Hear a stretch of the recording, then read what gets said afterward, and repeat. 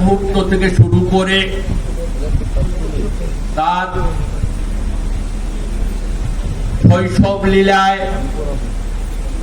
কৈশোর লীলা, যৌবন লীলা, প্রতিটি পদক্ষেপে তিনি যে বিশ্ব সৃষ্টির আদি কারণময় পুরুষ, তার ইচ্ছায় জগৎ সংসার চলছে, সৃষ্টি হয়েছে, আবহমান চলে থাকবে, তার ইঙ্গিত তার দিব্য লীলার ভিতর দিয়ে ভক্তরা প্রতিহত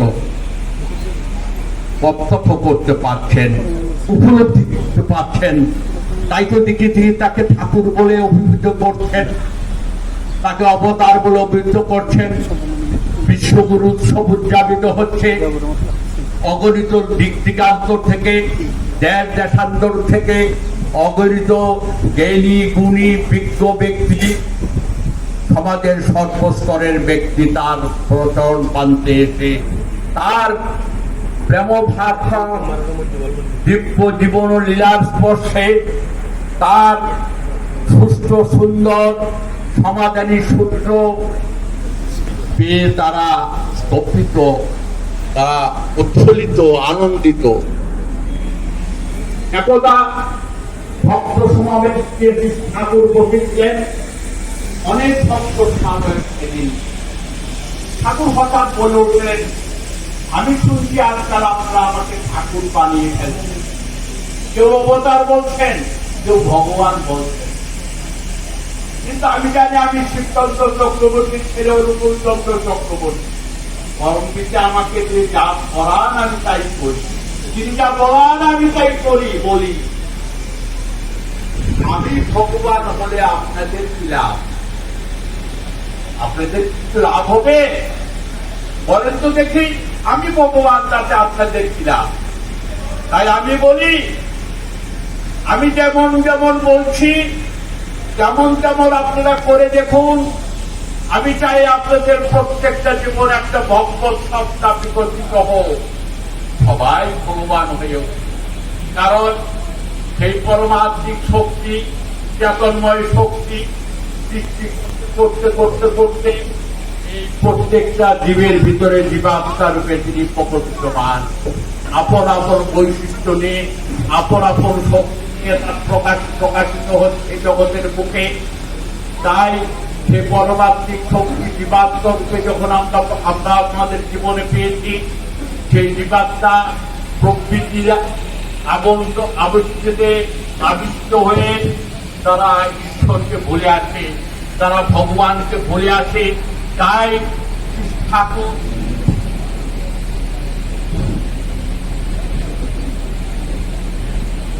যুগে যুগে এসে তারা আহ্বান করেন, তিনি তার মহাভাব সমাজ অবস্থা করলেন, তোরা এবার আমি উঠে এসেছি, তোরা মহাপাপ করে থাকি, হত্যা, ব্রহ্ম হত্যা, হত্যা, নরহত্যা, সমস্ত পাপ আমার মাথায় চাপিয়ে দিয়ে পরমপিতার ভাবে ভাবিত হোক, আমি তোদের অন্তরে স্বর্গরাজ্য সমর্থন করি।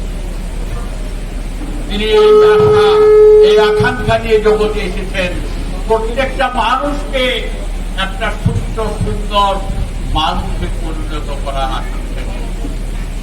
তার জন্য তিনি একটা মানব জীবনের যা যা প্রয়োজন সব বিষয়ে তিনি তার বাণী আকারে তিনি লিপিবদ্ধ করে রেখেছেন।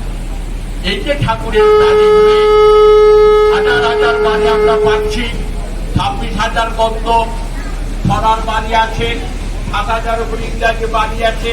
এই বাণীগুলি যে জগতের বুকে আসছে সে সম্পর্কে ঠাকুরকে একবার প্রশ্ন করাতে ঠাকুর উত্তরে করেছিলেন, শোনেন,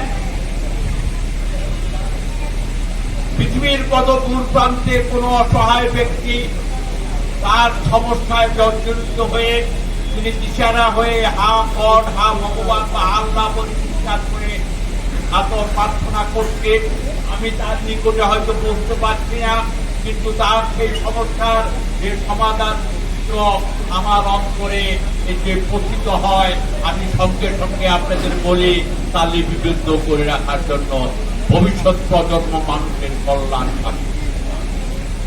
এমনি করে বাণীগুলো হঠাৎ করে এসে গেল তার ভেতর দিয়ে। এই যে তিনি এত বাণী দিয়েছেন, বড় বড় বরণ্য বরণ্য শিক্ষিত ব্যক্তিরা যারা লেখা লেখছেন বাণীগুলি, ঠাকুর মাঝে মাঝে জিজ্ঞাসা করেন কোন ভুল হয়ে গেল না তো? তারা হাজার চেষ্টা করেও পর্যবেক্ষণ করেও একটা ভুল কোনোদিনও বের করতে পারেনি। ঠাকুরের যে অনর্গল অটোমেটিক তার ভিতর থেকে প্রকাশিত হয়ে যাওয়া।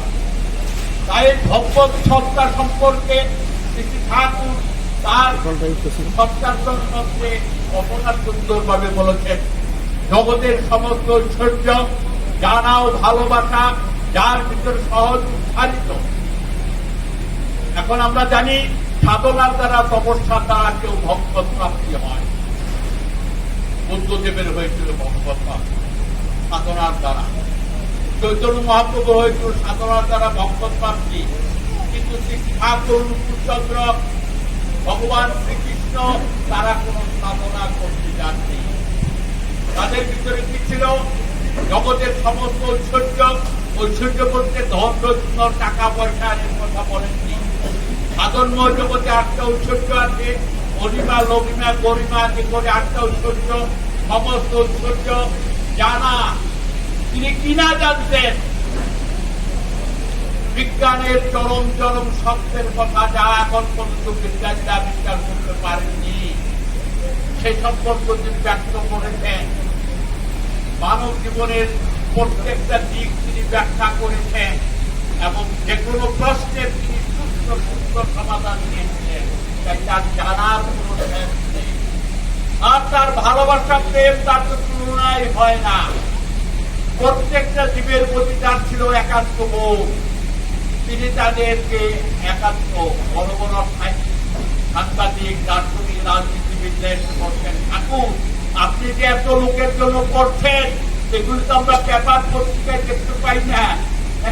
এই যে লোকের এত পরম্পার করে চলছেন, ঠাকুর বললেন